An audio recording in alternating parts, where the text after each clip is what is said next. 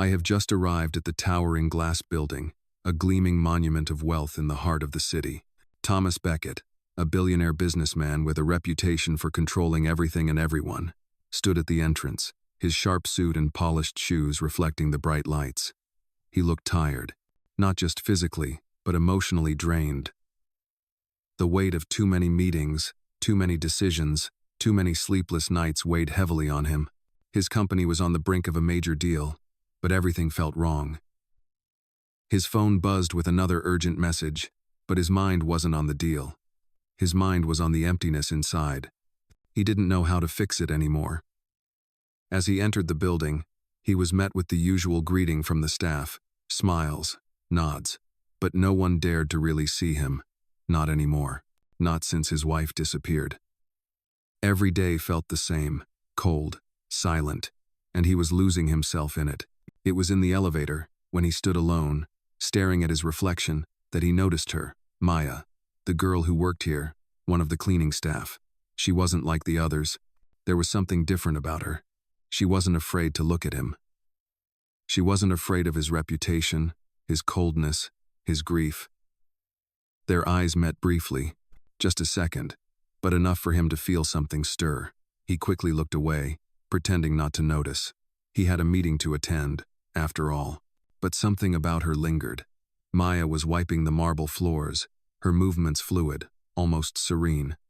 She didn't notice him staring. She didn't care. She was focused on her task, her mind far from the million-dollar contracts and boardroom battles. She had her own struggles, her own life to manage.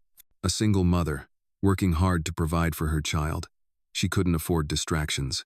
Yet, when their paths crossed, it was as if the world slowed down for a moment. Maya, with her worn-out shoes and the faded apron tied around her waist, moved through the space like she belonged. Not in the luxurious building, but in the quiet places where true strength was hidden. Thomas couldn't understand why his gaze kept returning to her. She wasn't extraordinary in any outward way. She didn't stand out like the high-powered executives or the glamorous models that filled his life. But there was something in her eyes that he couldn't shake. A calmness, a strength, a warmth he hadn't felt in years. That morning, as he rushed past her to his office, he heard her voice. It was soft, almost tentative. "I think you need a hug. Can I hug you?" The words caught him off guard. He froze. The entire hallway seemed to hold its breath. The elevator doors closed behind him, but he was still standing there, stuck in that moment. The words hung in the air, and for the first time in what felt like forever, he felt something stir deep within him. He turned around to find Maya still standing there, her eyes steady, not questioning, not pushing, just waiting for him to say something, anything. The billionaire, the powerful man who never showed weakness, felt something break inside. Was it the simplicity of her request, or the genuine kindness in her tone? Maybe it was both. He didn't know. But in that brief moment, he realized something. Something had shifted, something he hadn't expected, and it started with the simple offer of a hug. I had just walked past Maya, her soft words still hanging in the air as I stepped into my office. "I think you need a hug. Can I hug you?" It was absurd. I had spent years building walls around myself, controlling every aspect of my life. A billionaire, a man of power, used to dictating terms and getting things done. But there was something about her, something in the way she spoke, that made me pause. I didn't know how to respond. I wasn't even sure why I felt like I had to think about it so much.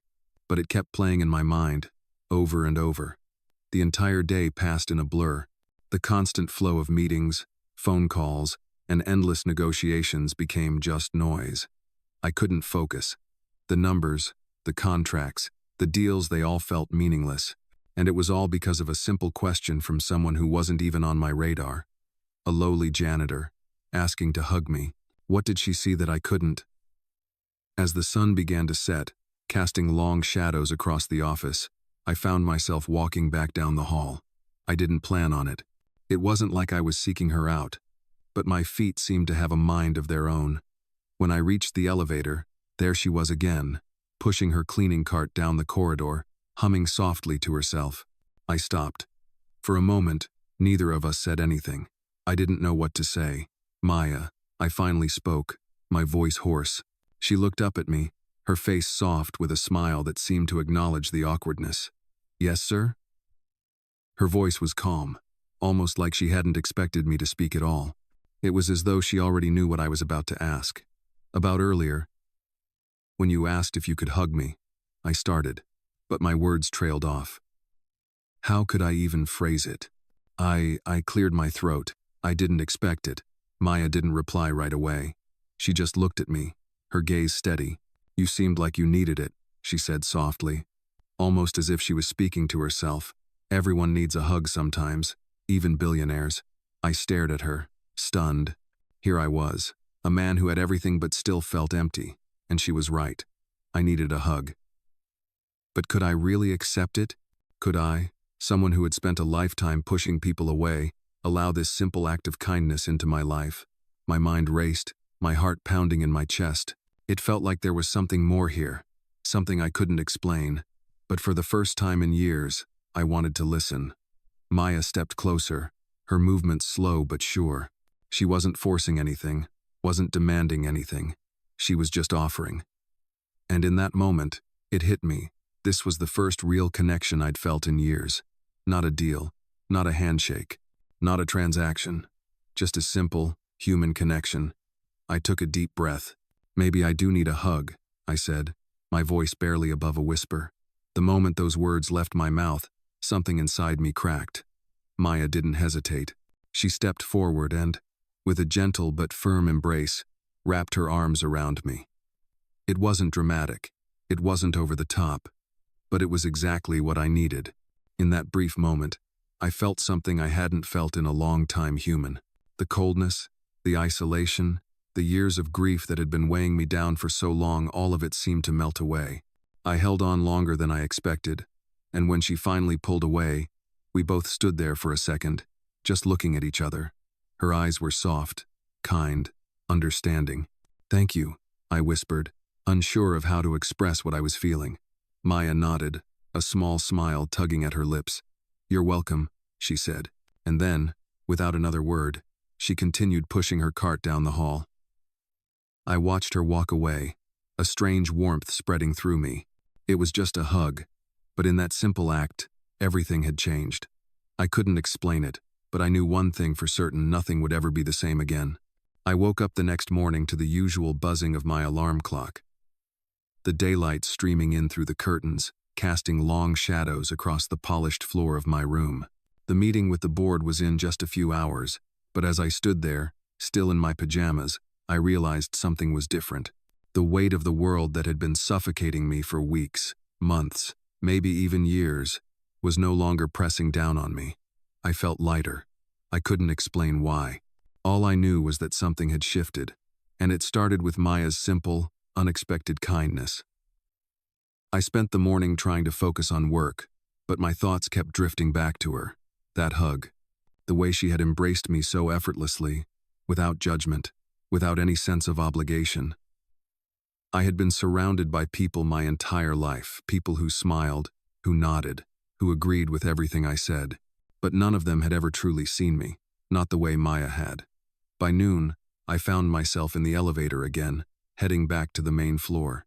I was supposed to meet with a group of investors from Europe, but as the elevator descended, my mind wasn't on the deal at all.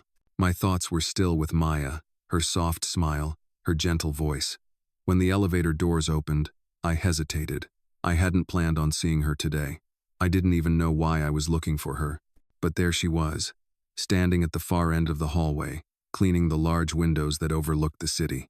She looked so peaceful, so focused. For a moment, I just stood there, watching her.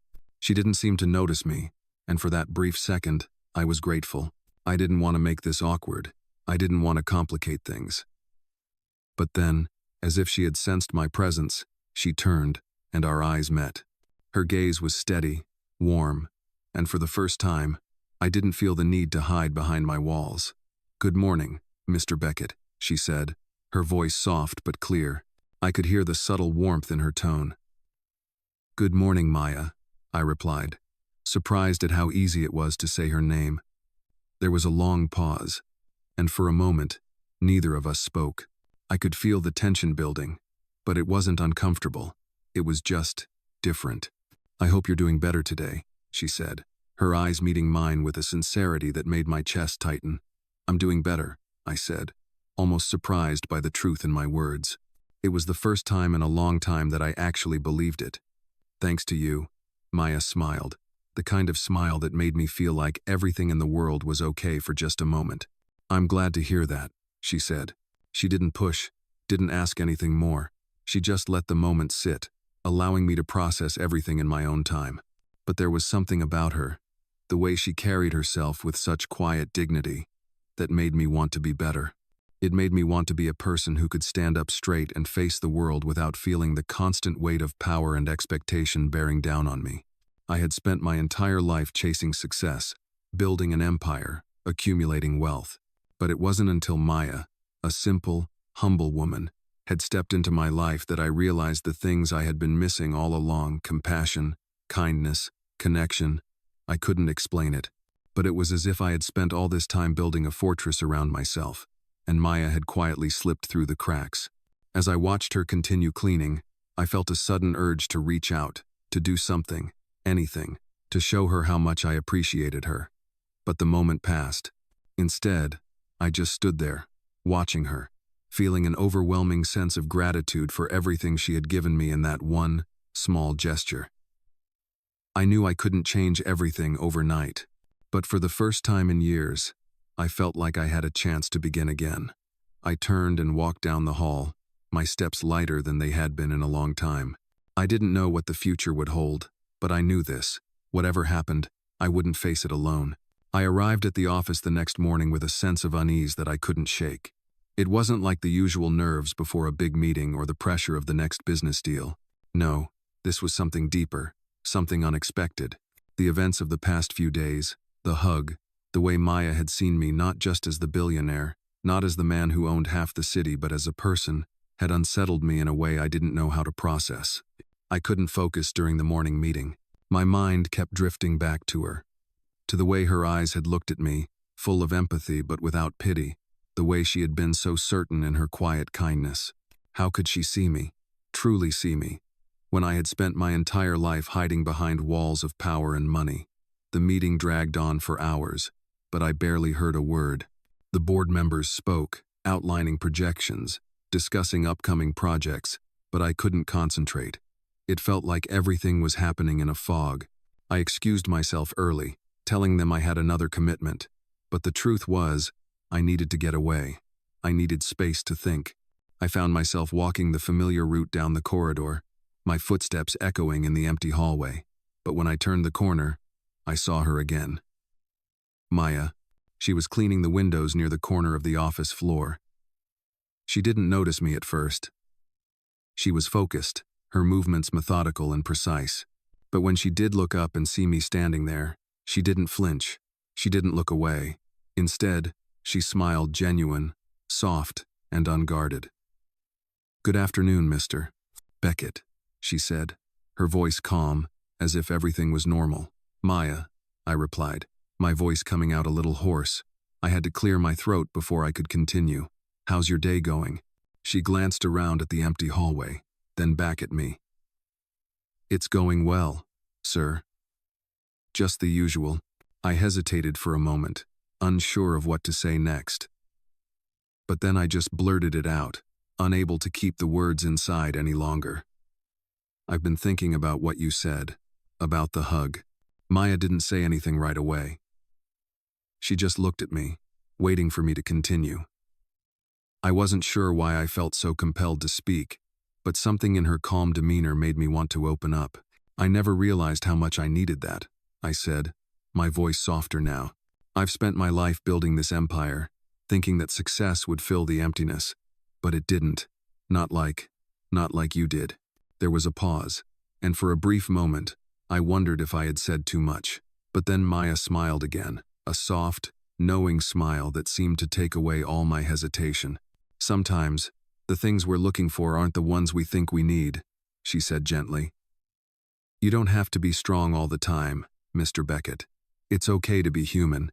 Her words hit me harder than I expected. It was a simple statement, but it carried so much weight. For so long, I had believed that strength was about power, control, and the ability to dominate every situation. But Maya had just shown me that true strength wasn't about any of that. It was about vulnerability, about allowing others in, about letting go of the facades we build around ourselves. "I'm starting to understand that," I said quietly. Maya nodded, as if she already knew. "Sometimes, we have to let go to really live," she said, her voice soft, but full of conviction. I stood there for a moment, just looking at her. This woman, who had so little, had taught me more about life than anyone I had ever known. I realized that she had done more for me in that one, simple act of kindness than all the wealth and success I had accumulated in my life. And for the first time in a long time, I didn't feel alone. I felt like I was starting to find my way out of the darkness that had consumed me for so long. "Thank you, Maya," I said, my voice breaking slightly. "Thank you for showing me that it's okay to be human." She smiled again, that same warm, understanding smile. "You're welcome, sir. I'm just glad I could help." As I turned to walk away, I felt a sense of peace I hadn't felt in years. The weight that had been on my shoulders, the constant pressure to be something I wasn't, seemed to lift just a little. I didn't know where this new path would lead. But for the first time, I was willing to find out. I spent the next few days reflecting on the conversation with Maya and how different everything felt now. The weight of the world that had always been there, pushing me down, seemed lighter somehow. I couldn't explain it. All I knew was that her words, her kindness, had started something in me that I hadn't expected. It was as though she had opened a door to a part of myself I had buried for too long. I couldn't shake the feeling that I was on the verge of something new, something important. I found myself seeking out moments where I could be more present, more real. I started listening more to the people around me. It was strange at first, as if I had to relearn how to connect with others. But it felt right. The walls I had spent so many years building began to crack. At work, I noticed the shift as well. My colleagues, the ones who had always seen me as a distant, powerful figure, started to interact with me differently. They didn't seem as intimidated anymore.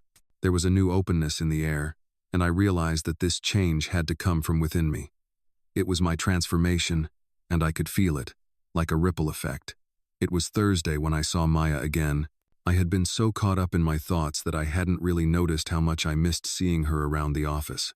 But there she was, just as calm and steady as ever, cleaning the lobby with the same quiet efficiency she always had. I stood for a moment, watching her. She didn't see me, but I wasn't in a rush this time. I wasn't trying to hide or avoid anything. I just observed her, her steady movements, her focus. There was something peaceful about it. When she finally looked up and saw me standing there, she gave me that same soft smile, the one that made her seem so much older than she really was. "Good afternoon, Mr. Beckett," she said, her voice still the same warm, calm tone. "Maya," I replied, feeling a small smile tug at my lips. "How are you today?" She paused for a moment, considering my question, as if it wasn't a typical greeting for her. "I'm doing well, sir," she said, just taking it one day at a time. There it was again, that simple wisdom. She didn't complicate things, didn't try to make them more than they were. She just took life as it came, and in that moment, I realized that was what I needed to do too. Life wasn't about control or power. It wasn't about achieving the next big thing. It was about being present, being kind, being human. I felt a shift inside me. The emptiness that had been there for so long wasn't gone completely, but it wasn't as overwhelming anymore. It was like I had found a new purpose. And it wasn't a purpose rooted in wealth or status. It was about connection, understanding, and compassion. "I've been thinking a lot about what you said," I said, not sure how to continue. But Maya just looked at me with those kind, patient eyes, as if she already knew where I was going. "And what did I say?" she asked. "About how we all need to let go sometimes," I said, my voice quiet. "You were right. I've spent my whole life building walls, thinking that would protect me. But now I see that maybe those walls were what kept me from really living." Maya didn't respond at first. She just nodded, as if she understood exactly what I was trying to say. And then she smiled again. "It's never too late to change," she said simply. I had always thought that change was something big, something dramatic. But Maya showed me that it didn't have to be. Change could happen in small moments, in quiet realizations. It could happen with a simple act of kindness, like the hug she had offered me that day. As I stood there, watching her finish cleaning the lobby, I felt something inside me settle. For the first time in a long time, I felt at peace. I wasn't rushing to fix everything. I wasn't trying to control every aspect of my life. I was just here. I had no idea what the future held. But for the first time, I wasn't afraid to face it. The truth was, I didn't need the empire, the wealth, or the power to be happy. What I needed was to be present, to connect with others, and to embrace the simplicity of life. And Maya had shown me that. I didn't need to be a billionaire to be worthy of love or happiness. I just needed to be human. I was sitting in my office, looking out over the city skyline, when I got the call. It was unexpected, but somehow not entirely surprising. The voice on the other end was familiar, but I hadn't heard it in years. "Mr. Beckett," the voice said, with a calm that could only come from someone who knew exactly what they were doing. "This is Derek Vaughn. I need to talk to you about something important." Derek. The name sent a jolt through me. He was one of my old colleagues, someone I had trusted at least. I thought I had. We had worked on a number of deals together, but there was always something about him that made me uneasy. "What's going on, Derek?" I replied, trying to sound calm, though a knot had already formed in my stomach.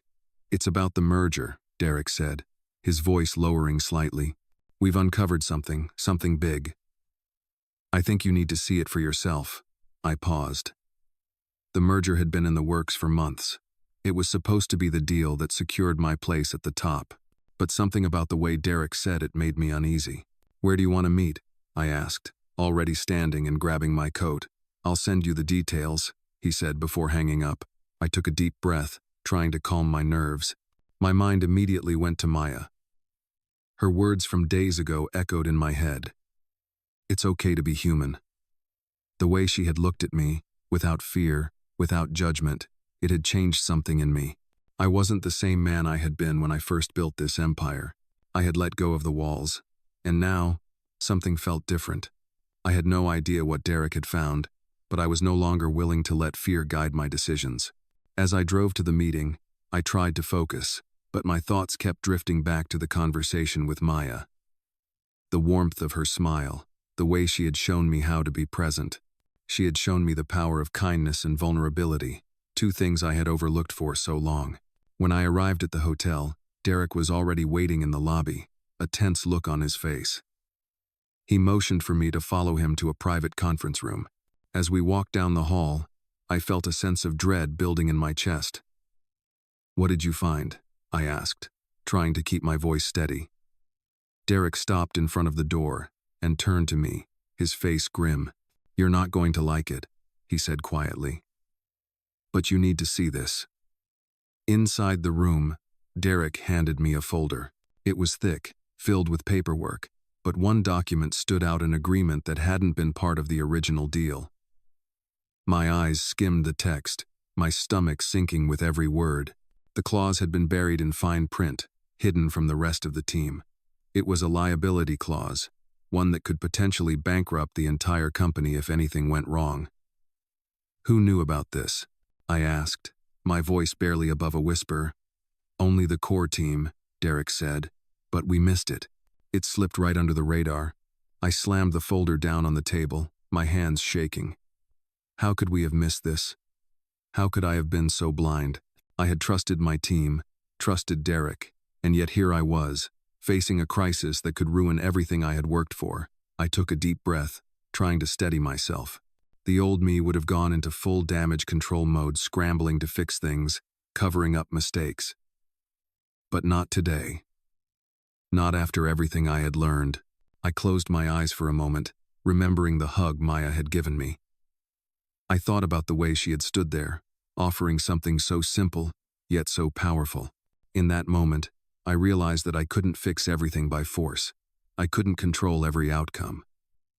But I could make things right. one step at a time, by being honest, by facing the truth.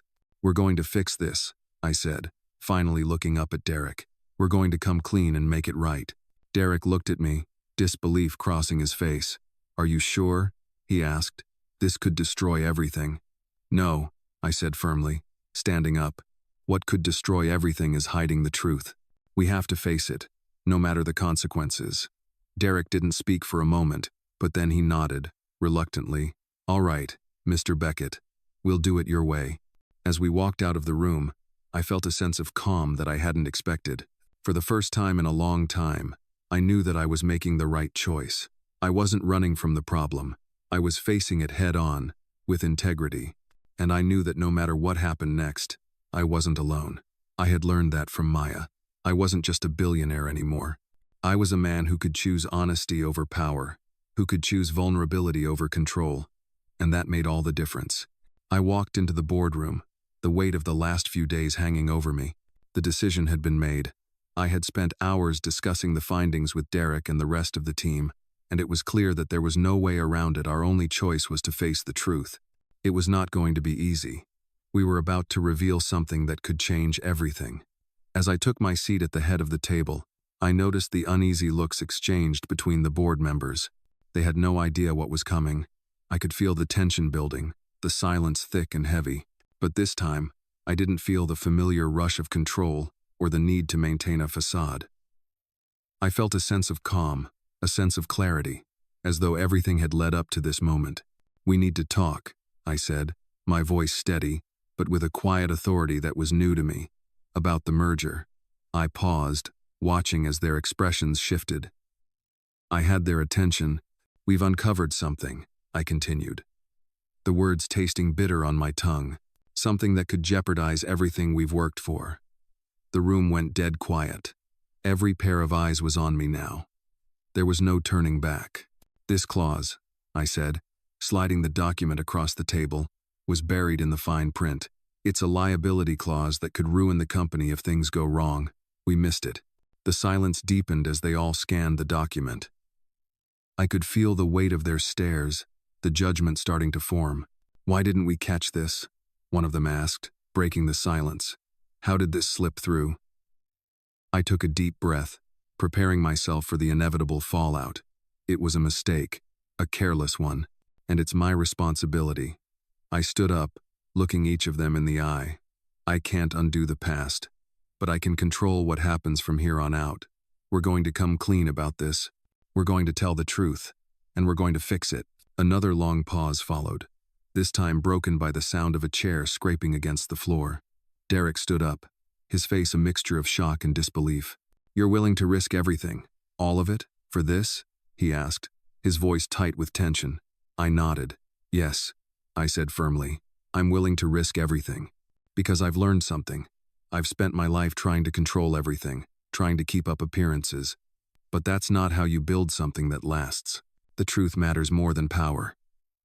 More than money. For a moment, the room was still. Then one of the board members, a woman I had never seen as anything more than a colleague, spoke up. I agree, she said quietly.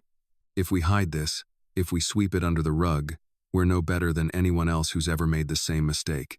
The others exchanged glances, and slowly, they all nodded. One by one, they began to voice their support, until the entire room was in agreement. I couldn't believe it. For the first time, it felt like we were all on the same side. It wasn't about what I had built. It was about doing the right thing. I felt a surge of gratitude for Maya, for the lesson she had unknowingly taught me. It wasn't just a hug that changed things.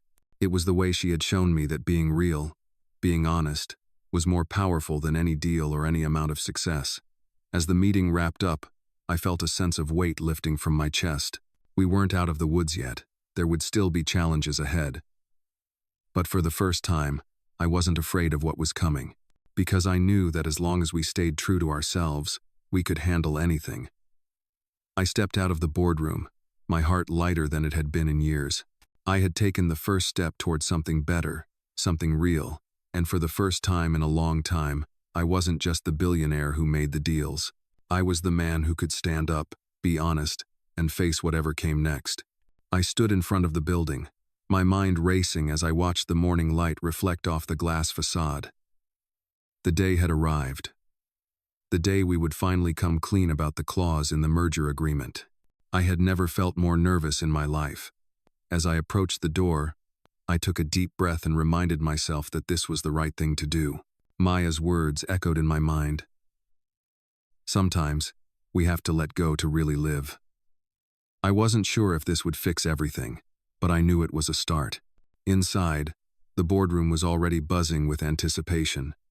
Everyone was gathered around the large table, their faces a mixture of curiosity and concern. As I walked in, all eyes turned to me. "Mr. Beckett," one of the executives said, his voice tense, "We've been waiting for you. What's going on? Is everything all right with the merger?" I could feel the weight of the moment pressing down on me. I took a seat at the head of the table and looked at each of them in turn. For the first time, I wasn't hiding behind a facade of power and control. I was just a man, standing before a room full of people, ready to be honest. "There's something we need to address," I began, my voice steady but filled with the gravity of the situation. "Something we missed during the due diligence process. A clause in the merger agreement that could cause serious consequences for this company." A murmur ran through the room as the board members exchanged confused and worried glances. I could feel the tension building. "What clause?" Derek, one of the senior executives, asked, his voice sharp. I handed him the document. He scanned it quickly, his eyes widening as he saw the fine print. This is a major liability," he said, his voice shaking. "How did we miss this?" I looked around the table, feeling the weight of their stares. "It slipped through the cracks," I admitted, "and it's my responsibility. I didn't catch it, and now we have to face the consequences." The room fell silent. The stakes were high. This could destroy everything we had worked for. I could feel the anxiety in the air, thick and suffocating.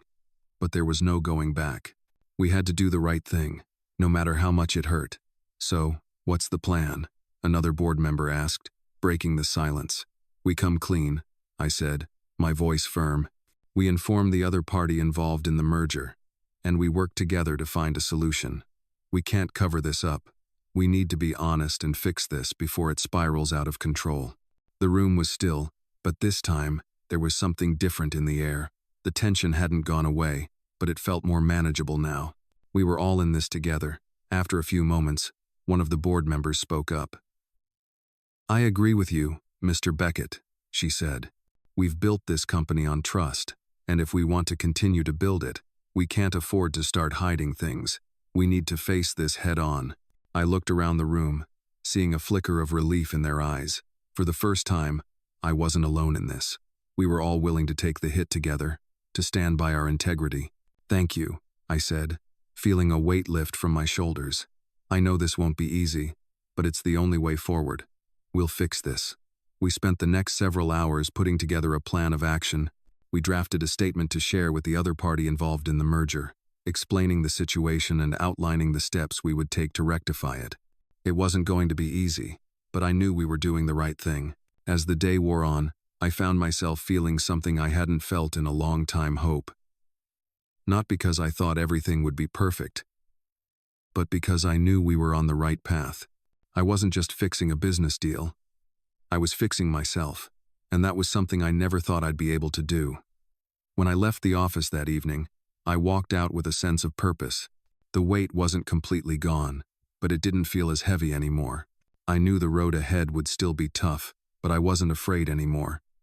I had learned that sometimes, the only way to move forward is to face the truth, even when it hurts. And for the first time in years, I was ready to do that. Ready to face whatever came next, not as a billionaire, but as a man who could stand in his truth. I stood by the window, the city stretching out before me. Bathed in the warm glow of the evening Sunday, I couldn't remember the last time I felt this at peace.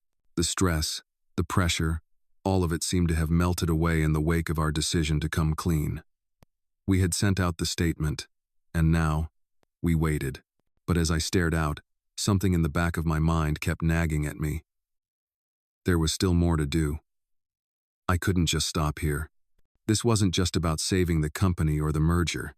It was about a deeper change, one I had been avoiding for too long. My phone buzzed on the desk, snapping me out of my thoughts. It was a message from Maya. "Are you okay?" it read. I smiled, a genuine smile, and for the first time in a long time, I realized how much her presence in my life had impacted me. I hadn't expected it, but Maya had become a guiding light in the midst of all the chaos. Her words, her simple act of kindness, had helped me see things differently. I typed a quick response. "I'm doing better than I have in a long time. Thanks to you." I didn't have to say much more. Maya knew me better than anyone else, and I knew that despite everything, she was there.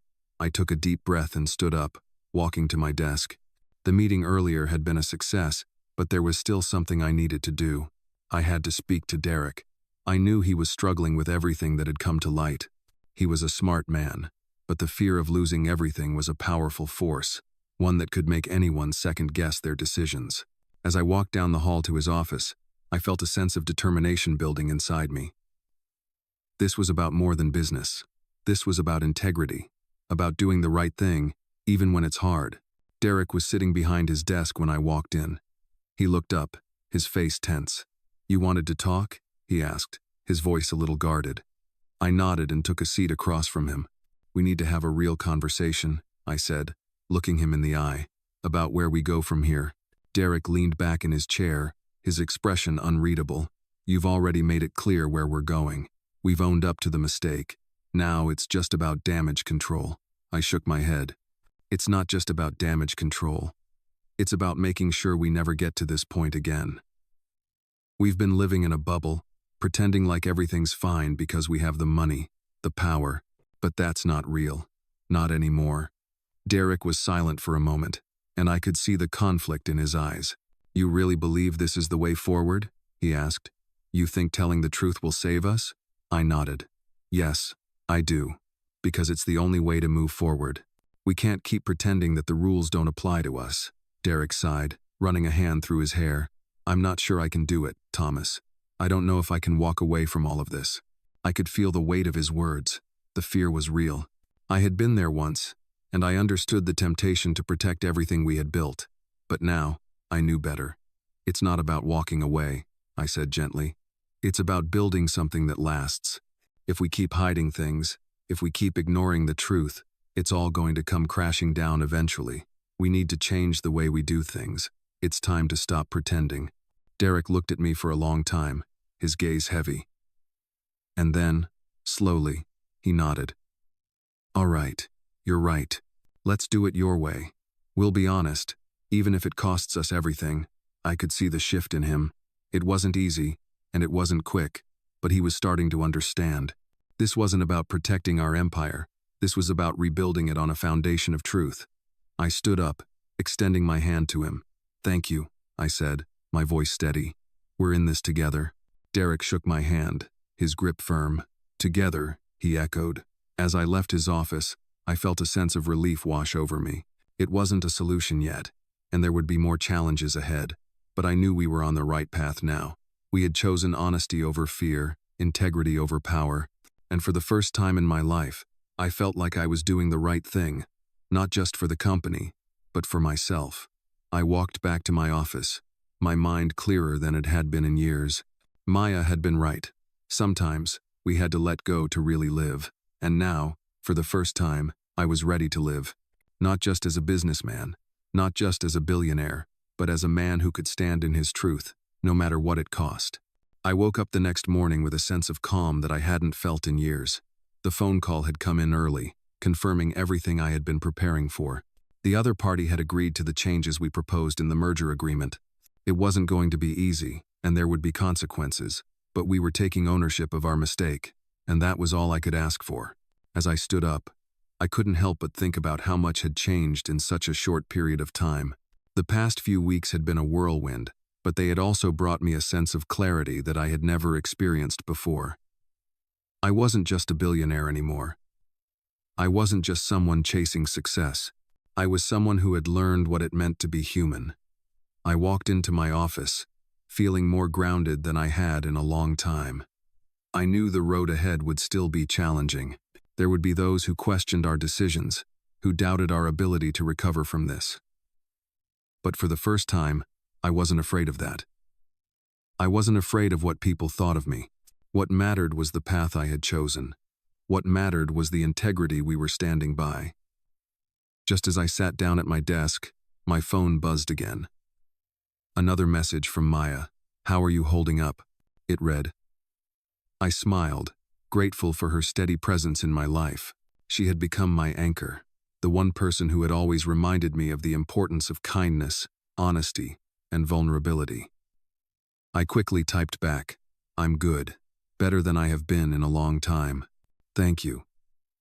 Maya had no idea how much her simple act of kindness had impacted me, how much it had changed the way I saw myself and the world around me. For years, I had been buried in work, trying to fill the emptiness inside with power, with success, but all along, I had been overlooking the simplest and most important things. Things like connection, honesty, and letting go of control.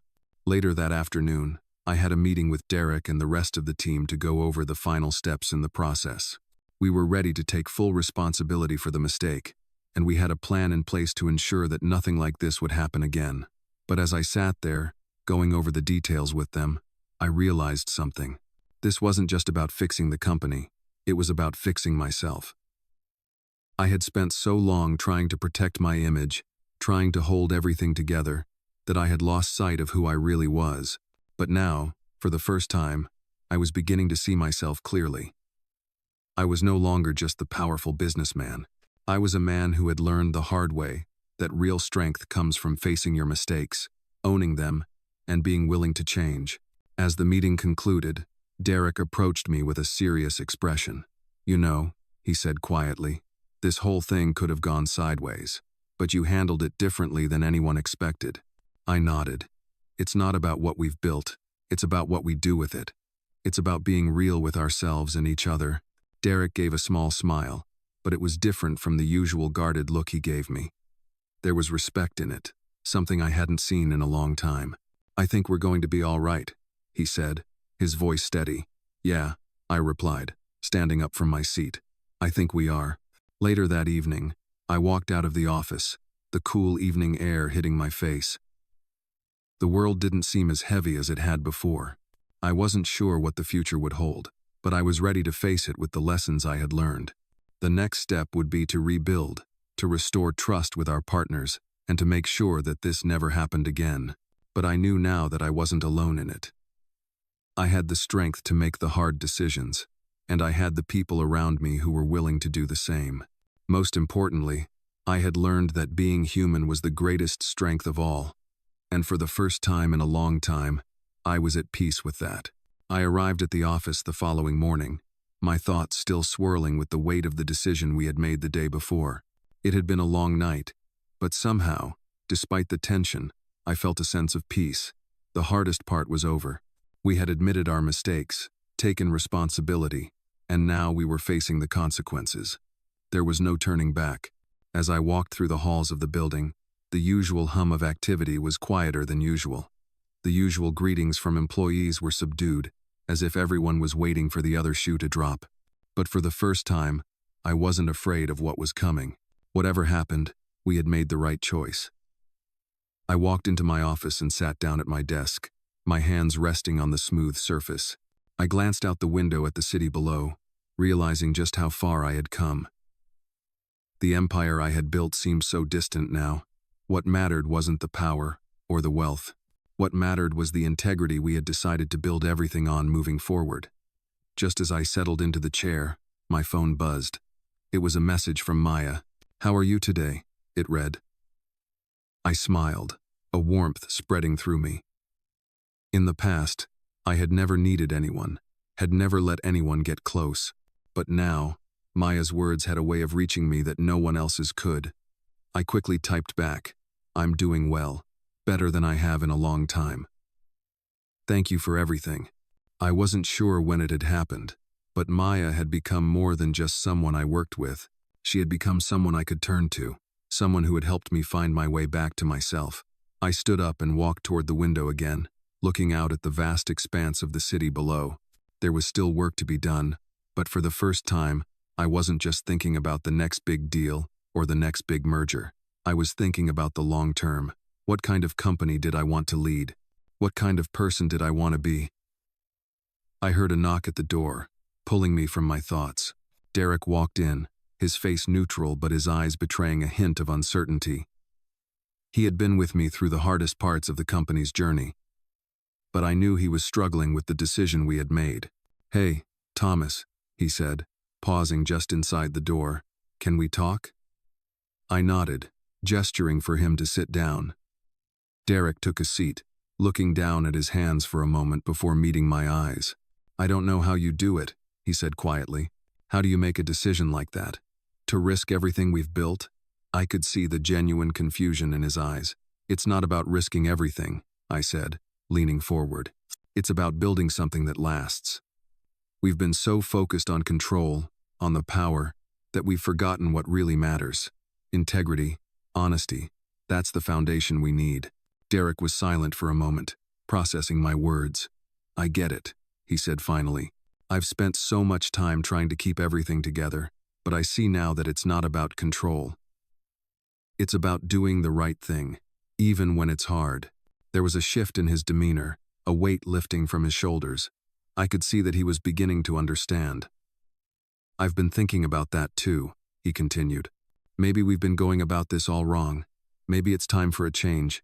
"Exactly," I said, feeling a sense of relief wash over me. "We can't keep hiding behind our success. We need to build something that's real, something we can be proud of, no matter what happens." Derek nodded, a small smile forming on his face. "All right," he said, standing up. "Let's do it. Let's make it right." I stood up too, offering him a handshake. "Together," I said. He shook my hand, a firm grip that spoke volumes. "Together," he echoed. As he left the room, I couldn't help but feel a sense of pride. It wasn't about the deals or the numbers anymore. It was about the people we were becoming, the company we were building. And as I sat back down at my desk, I realized that for the first time in my life, I wasn't just looking to the future with fear or ambition. I was looking at it with hope. Hope that the changes we had made, the choices we had taken, would shape something better. Not just for the company, but for us all. And as I thought about that, I smiled to myself. The road ahead wasn't easy, but it was worth walking. And I was ready to walk it, not just as a businessman, but as someone who had finally learned what it meant to live with integrity. I woke up that morning with a sense of resolve. It was a quiet feeling, but one that seemed to settle deep inside me. The past few weeks had changed everything, and now, as I looked at the world from my apartment window, I felt the weight of it all. But it didn't feel burdensome. It felt like the beginning of something new. The company had been through a storm. The mistakes we had made were public, but now, with the steps we had taken to address them, there was a path forward. I had been honest, and for the first time in a long time, I had been truly vulnerable. The business world wasn't used to that, but I had learned that it was the only way to build something that lasted, something real. I hadn't realized how much I needed this change. The realization hit me after the meeting with Derek when we had agreed to stop pretending. The truth was, I had spent so much time in the pursuit of success, trying to maintain control, that I hadn't stopped to ask myself why I was doing it in the first place.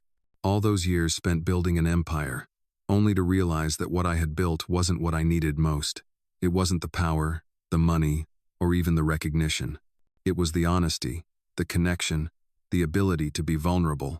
I didn't need to be the unapproachable billionaire anymore. I didn't need to keep everyone at arm's length. The true strength came from embracing who I was, imperfections and all. I looked down at my phone, which had been buzzing with messages throughout the morning. One message stood out. It was from Maya. I heard the good news. "I'm so proud of you," it read. I smiled at the message. Maya had been there from the beginning, and although she didn't fully understand the intricacies of what we had been through, she had always believed in the idea of honesty. "Thank you," I typed back. "I couldn't have done it without you. I wasn't just talking about the business. I meant it." Maya had been a guiding force, a reminder that sometimes the simplest acts of kindness had the power to shift everything. As I responded to her, I realized that for the first time, I wasn't afraid of what the future held. I had spent too long worrying about the unknown, clinging to a life of control and expectations. Now, I felt free. The lessons I had learned about integrity, vulnerability, and connection had completely shifted my perspective. I wasn't the same person anymore. I wasn't just the man who built an empire. I was someone who could stand in his truth, who could face the future without fear. As the day went on, I found myself taking small steps to rebuild the company, not just the business side, but the culture. I reached out to my employees, to those who had supported me for years, and told them what had happened. I didn't hide behind corporate jargon or vague promises. I told them the truth, and I asked for their help in making things right. To my surprise, they rallied around me. There was no judgment, no resentment. They respected my honesty, and they were ready to move forward together. The road ahead would be challenging, there would be obstacles, but this time, we were united in our commitment to doing things the right way. As the evening approached, I left the office feeling lighter than I had in years. I wasn't just going home to the same routine. I was going home to someone I was learning to truly be, myself. I had let go of the things that no longer served me, the fear, the pride, the need to always be in control. I had embraced the truth of who I was, and in doing so, I was finally free. I wasn't just a man of business anymore. I was a man of integrity, of vulnerability, of real connection. I walked into my apartment, the city lights flickering outside, and sat down to a quiet dinner. For the first time, I felt like I had everything I needed, not because of what I had achieved, but because I had finally learned to let go of the need to always be in control. Life would never be perfect, but with honesty, with connection, and with vulnerability, I knew I could face whatever came next. The days that followed were filled with a quiet sense of purpose. The decision to come clean, to embrace vulnerability and honesty, had not only started to reshape the company, but it had also begun to reshape me. Each morning as I woke up, I no longer felt the crushing weight of expectations, nor did I carry the burden of pretending to be someone I wasn't. I felt free in a way I hadn't in years, free from the chains of power, of success at any cost. The meetings, the decisions, everything was different now. We were moving forward, not just fixing what was broken, but building something better. The employees who had once only seen me as the distant billionaire now looked at me with respect, not for what I had accomplished, but for the honesty I had shown them. We were no longer working for a brand or a paycheck. We were working together for a shared purpose, grounded in integrity and trust. As the weeks passed, the company began to stabilize. We were taking the right steps, making the right decisions, and the results spoke for themselves. We weren't just surviving the fallout of the merger debacle.